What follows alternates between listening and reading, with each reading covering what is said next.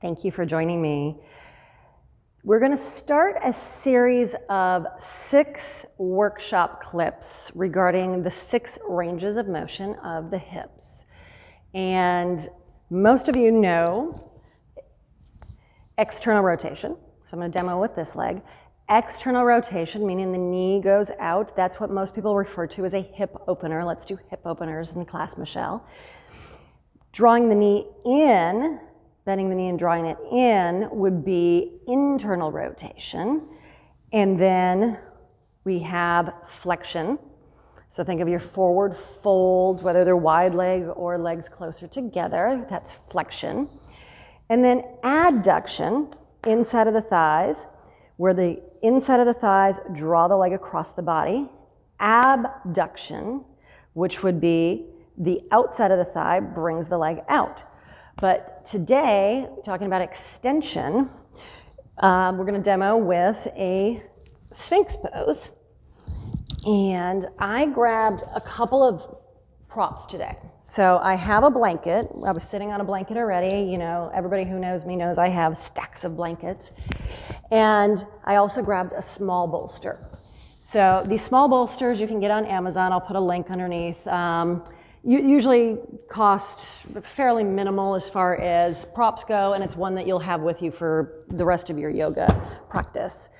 However, if you don't have that and that's not in the future for you to buy one, then you can just get one of these blankets. And again, I'll put that link in there. And these blankets can be used for everything. You can sit on them, you can cover up with them. You can fold them in about 18 different ways for props, but you can also roll them. I call it the blanket burrito. Roll them like a blanket burrito. So I'm gonna have both of these set aside. Probably won't use my block too much today, but especially in a public class, in a studio that doesn't have a lot of props, because there's not a lot of share props these days after COVID, we're not sharing and letting people touch all the props usually. So the easiest and cheapest thing for somebody to carry with them is the block. And so you can use the block, it's just not as comfortable. I'm gonna set it aside and then we'll talk about that in a moment. But Sphinx pose. So extension would be, maybe point the toes and bring the leg back. You could do this from standing, but then I'm up and down a lot, so I wanted to show you from the floor. So pointing the toes and then bringing the leg back. That is extension. So think about when you are, maybe a ballet dancer, yes, but as you're walking, you use several ranges of motion when you're walking in the hips. You lift the knee up, you bring the leg forward in flexion, and then you straighten the leg and you bring it back in extension. You're doing that. So it's come so natural now, you don't even realize that you're doing that because you've been doing this since you learned how to walk.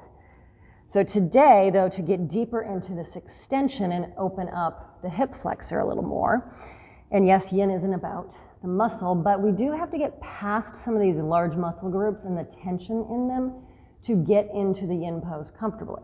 So the hip flexor would be the psoas, the iliopsoas, and this extension is definitely going to lengthen that psoas muscle a lot, but then also get into the connective tissue, the fascia and the ligaments and the tendons on the front part of the hip.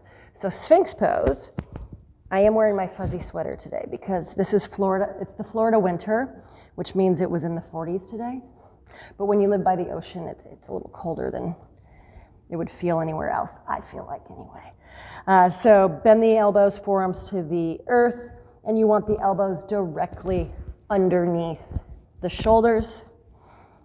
You can even bring the hands to opposite elbow to measure the distance and then rotate the hands out, palms face down.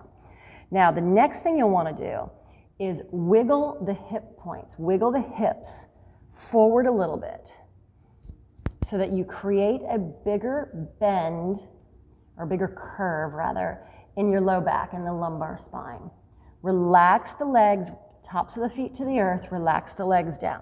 So this is just step 1. This is your basic Sphinx pose. But to use your props, you can slide your prop lengthwise with the spine, right underneath the abdomen. So there would be my blanket. Could also use my small rectangular bolster. And there's a comfort level here. So you need to kind of move these props around a little bit and see where you're comfortable in the pose. Keeping in mind though, comfort meaning it's not digging into you. If you've had a meal, it's not, digging into your belly, but also that comfort level with the props is more about bringing the floor up to you. Use the props so that you can relax into the pose more. Now, the pose itself might not always be comfortable because we are getting into a realm where we've shortened and created congestion in the connective tissues for so long. The first few minutes of these longer held postures are going to be uncomfortable sometimes. So I'm using my bolster today, relaxing the legs down. Let the legs feel heavier. Relax the shoulders back, maybe chin to the chest. And then you'll just want to breathe. Try and concentrate on the lower part of the spine, the sacrum area and the tailbone. Try and concentrate there and relax the tailbone, relax the sacrum.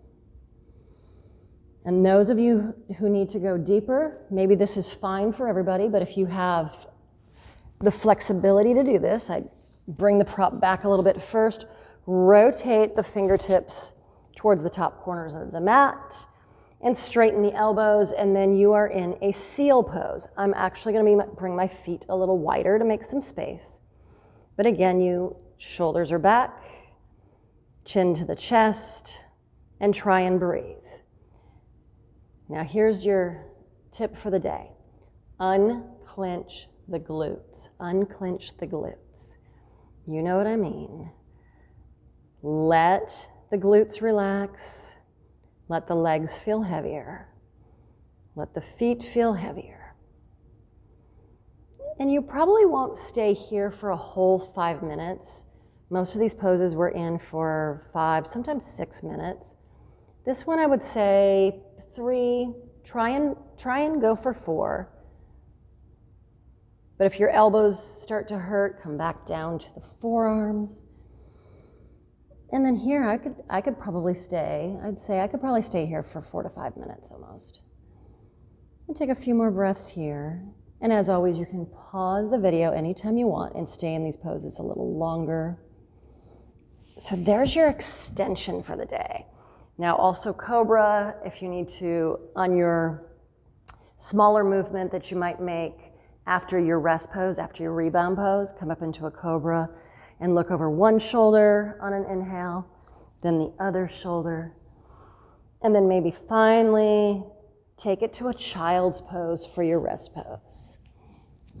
So we'll go into that for a moment. Child's pose for a rest pose. And take a few more breaths there in your child's pose. If that's uncomfortable, just slide out to the belly for your rebound for your rest pose. Take a deep breath and let it go. And then maybe find your way back to seated. So that's your extension.